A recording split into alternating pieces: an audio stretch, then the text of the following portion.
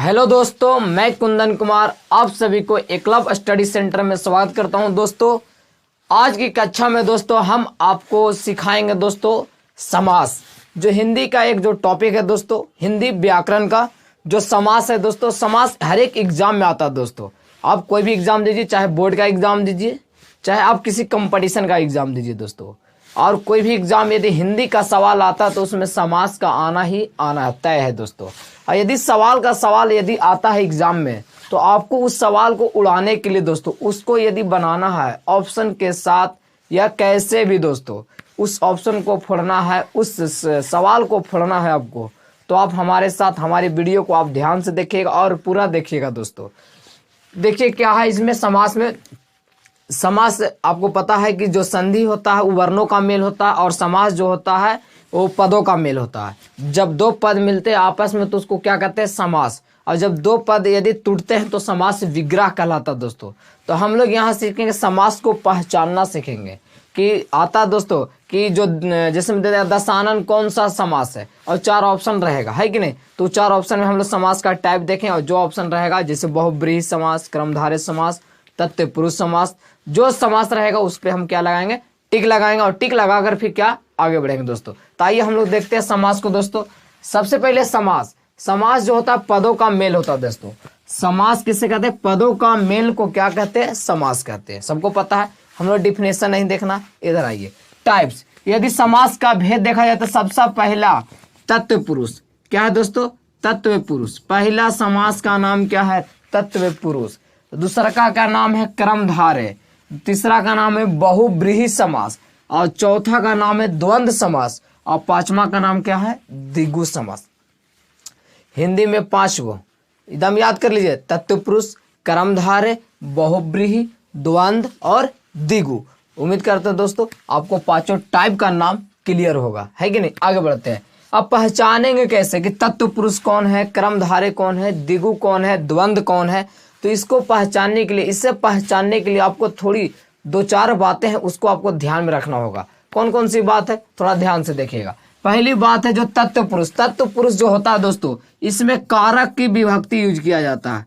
कारक की विभक्ति 8, कारक कितने, 8। कर्ता ने, कर्म को, करण से, और संप्रदान के लिए अपदान से। ये वाली आपको याद होना चाहिए दोस्तों। यदि आपको कारक विभक्ति याद नहीं है तो आप कारक की विभक्ति पहले, और हम आप बोलिए, यदि आप कमेंट करके बताते हैं दोस्तों, हम अगले वीडियो में कारक भी आपको एक्सप्लेन करके बता देंगे। और उम्मीद करते हैं कि कारक आपको आता होगा दोस्तों। चलिए आइए। तो कर्ता ने, कर्म को, करण से, संप्रदान के लिए, ये वाला जो विभक्ति याद होना चाहिए। और बस लगाएंगे और देखेंगे उसमें सूट कर रहा है कि नहीं। यदि सूटेबल बैठ जाएगा तो हम आराम से तत्पुरुष मार देंगे दोस्तों। देखिए यदि तत्पुरुष का यदि एग्जाम्पल देखें हम लोग, तत्पुरुष का एग्जाम्पल तो आइए रहा, जैसे स्वर्ग प्राप्त। स्वर्ग प्राप्त तो जैसे स्वर्ग को प्राप्त, है कि नहीं, स्वर्ग को प्राप्त। को जो क्या है, कर्म को, कर्ता कर्म को, है कि नहीं, कर्म को। तो यहाँ पे देखिए कारक वाला विभक्ति है कि नहीं, कारक वाला विभक्ति है। और कारक वाला जब विभक्ति रहेगा उसमें तो पक्का है कि कौन सा समास होगा, तत्पुरुष। बस खाली खोजिए नहीं कि 8 कारक का विभक्ति ओकरा में है कि नहीं, रहेगा तो बस मार देना क्या वहां पे, है कि नहीं, तत्पुरुष। आगे देखिए रसोई घर।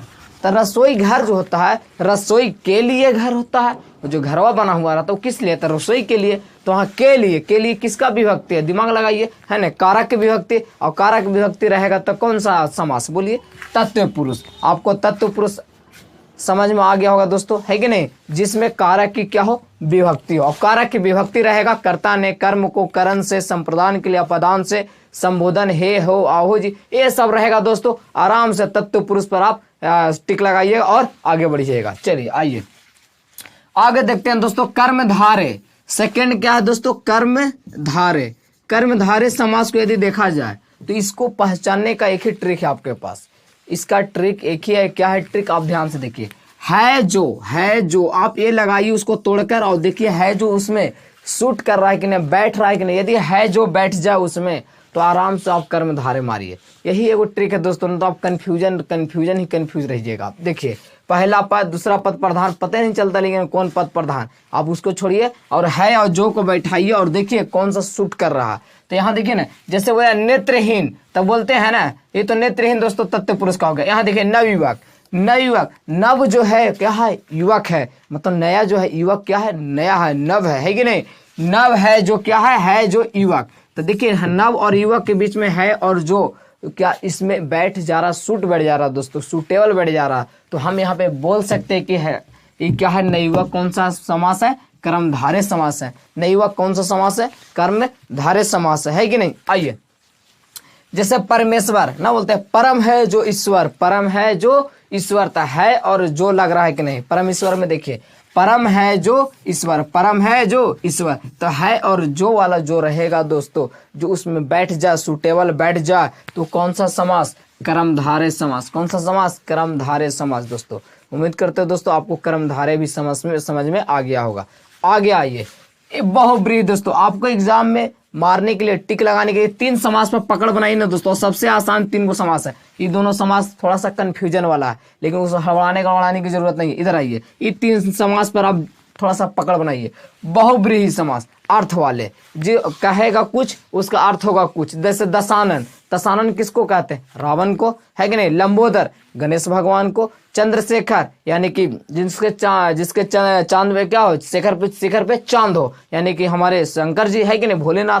तो ऐसे ऐसे जिसका अर्थ कुछ और निकले, जिसका मतलब ही कुछ और हो, वो कौन सा समास होगा, बहुब्रीहि समास, अर्थ वाले। देखिए ना, जैसे में चंद्रशेखर महादेव को कहते हैं, चतुरानन ब्रह्मा को कहते हैं, है कि नहीं, और नीलकंठ हमारे शंकर भगवान को कहते हैं, लंबोदर गणेश भगवान का। तो जिसका अर्थ कुछ और निकले, मतलब शब्द हो और उसका मतलब कुछ और हो, तो कौन सा समास, बहुब्रीहि समास। कौन सा समास, बहुब्रीहि समास।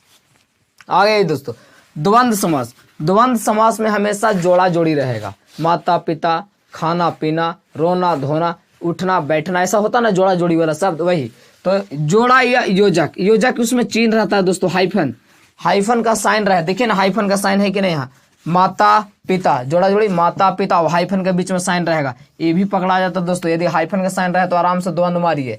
दाल रोटी, जोड़ा जोड़ी, अब यहाँ पे देखिए बिचवा में देखिए, है कि नहीं, हाइफन है तो क्या होगा, द्वंद्व। दिगु देखिए, दिगु, दिगु में तो बड़ा आसान है दोस्तों, संख्या वाला।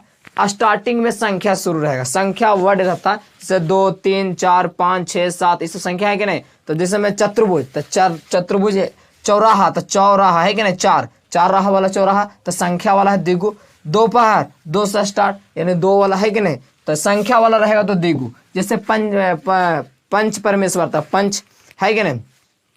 और बोल सकते हैं पंचभुज, कहाँ जाएगा, सब द्विगु समास में जाएगा। मतलब संख्या से स्टार्ट रहे तो कौन सा समास, द्विगु समास। संख्या से स्टार्ट रहे तो द्विगु समास। दोस्तों उम्मीद करते हैं कि आप सभी को ये हमारी वीडियो जो अच्छा लगा होगा, और अच्छा लगा होगा दोस्तों तो हमारी वीडियो को आप लाइक और सब्सक्राइब और थोड़ा शेयर कर दीजिएगा दोस्तों। आज के लिए इतना ही दोस्तों, फिर मिलते हैं अगले वीडियो में, बाय।